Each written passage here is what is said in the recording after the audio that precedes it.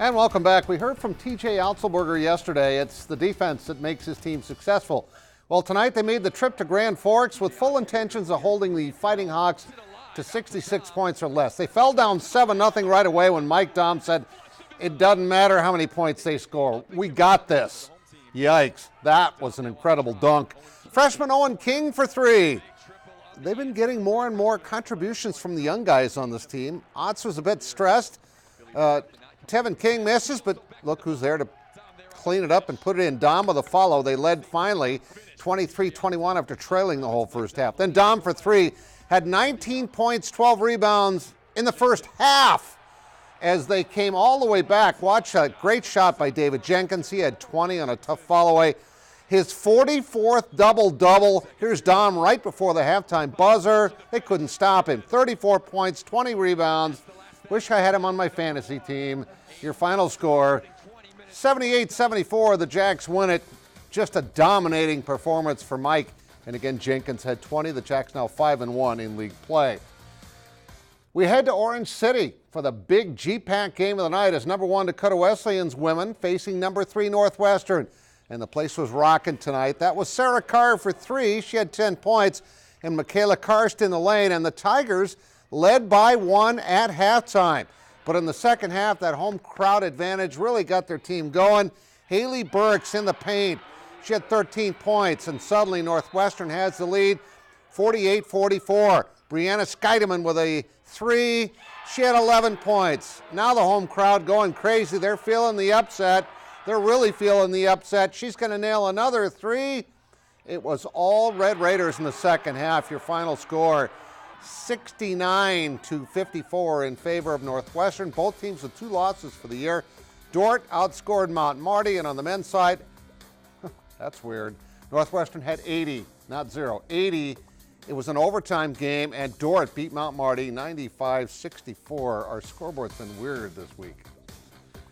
And now here's Nicole Griffith with your Billion Automotive Plays of the Week. Charles Cook and Emmanuel Terry throw it down for the Skyforce, posting 31 points each as the Force defeat top-ranked Oklahoma City Blue 117-109. Sioux Falls Christian's Mitchell Goodberry does it all in the Chargers' 69-55 win over Sioux Center. The senior reached a triple-double with 21 points, 10 boards, and 10 assists. Sioux Falls Washington's Gabe Pearson picks the pocket, goes coast to coast, finishing with the slam against O'Gorman. OG's Emma Ronsick is lethal way beyond the arc, drilling the three at the buzzer. Knights roll by the Warriors 53-24.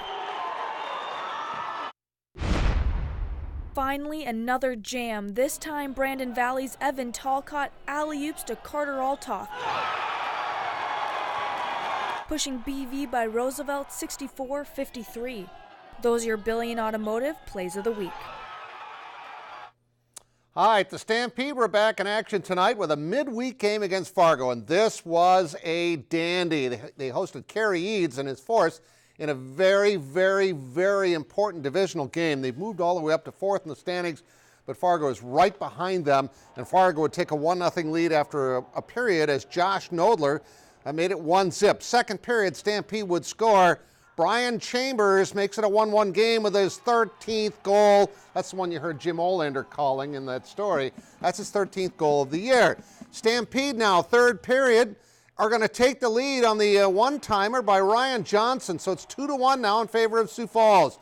But just 50 seconds later, those darn Force would tie it. Ryan O'Reilly makes it 2-2 with 8 minutes to go before this. Less than a minute to go. Ole had to be going crazy because Vanya Zenkov would score with 52 seconds left.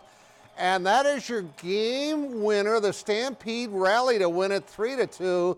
Vanya Zenkov, that's a lot of letters. With a game-winning goal, his 13th of the year. Chambers also had his 13th. The Herd have won 20 games in their 32. They're just really playing well this year. Skyforce also back home tonight, so it was a busy Wednesday night locally, hosting Iowa's Wolves. Got off to a terrible start, but Duncan Robinson got him going. Love his shot. He had 3 of his 21 points, had 6 3-pointers in the game. Charles Cook, the third, with the dunk. Now, Iowa led early by 18 points because Canyon Barry on the baseline had himself quite the game. He had 28 points, nice backdoor pass. But Buwu Paulo and the Force just came on strong after the first period. He's going to drive and score. He had 18. They go on to win. 133 to 122 was your final. And finally, USF running back Gabe Watson has been named. There he is. Gabe, smile for the camera. Smile for KDLT. Attaboy. He's been named the Don Hanson All-Super Region 4 Offensive Player of the Year. And among 4 Cougars named All-Region, Watson was named to the first-team All-Offensive Unit. He was the Northern Sun Player of the Year, made numerous All-American teams, led the NCAA Division II in rushing with almost 2,000 yards.